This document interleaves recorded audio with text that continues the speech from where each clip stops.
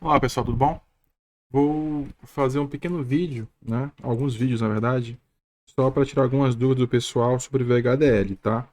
Então a primeira dúvida é em relação à questão do processo, né? Então, que se trata o processo quando a gente está trabalhando em VHDL. Então, falar sobre processo e falar sobre teste bench também. Você imagina que eu tenho que fazer um circuito, né? Esse circuito, desenhando aqui, eu tenho aqui 3 entradas, 2 saídas. O processo, né? Chama aqui de circuito 1. Circuito 1. O processo, ele funciona como um subcircuito do meu circuito 1. Então vamos imaginar que o meu circuito 1 tem 2 processos.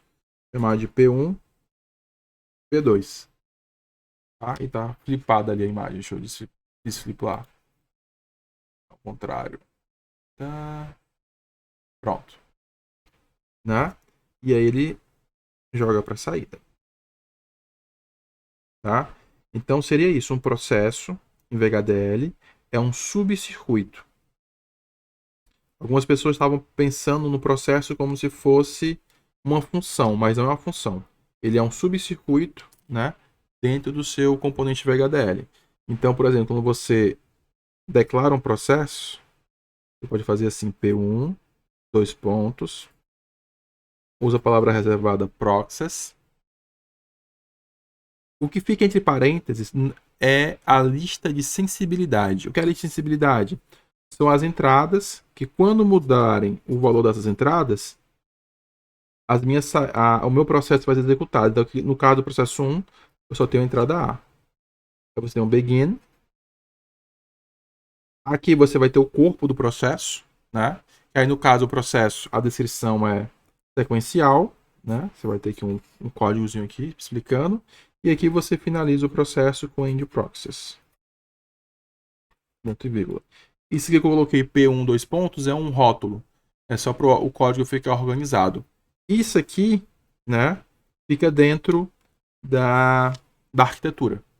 Tá? Então, só para deixar claro, um processo ele é um subcircuito dentro do componente VHDL que você está descrevendo. Um componente VHDL pode ter vários processos, como eu posso ter também várias sentenças, que a gente chama de sentenças concorrentes.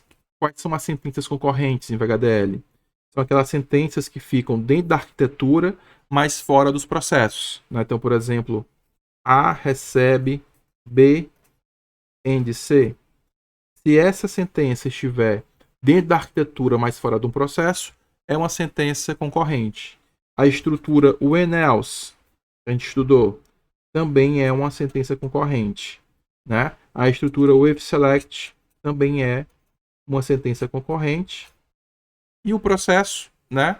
Dentro dele, a estrutura de código é sequencial, mas o processo ele roda em paralelo com as outras sentenças concorrentes que existem dentro de uma arquitetura. Tá?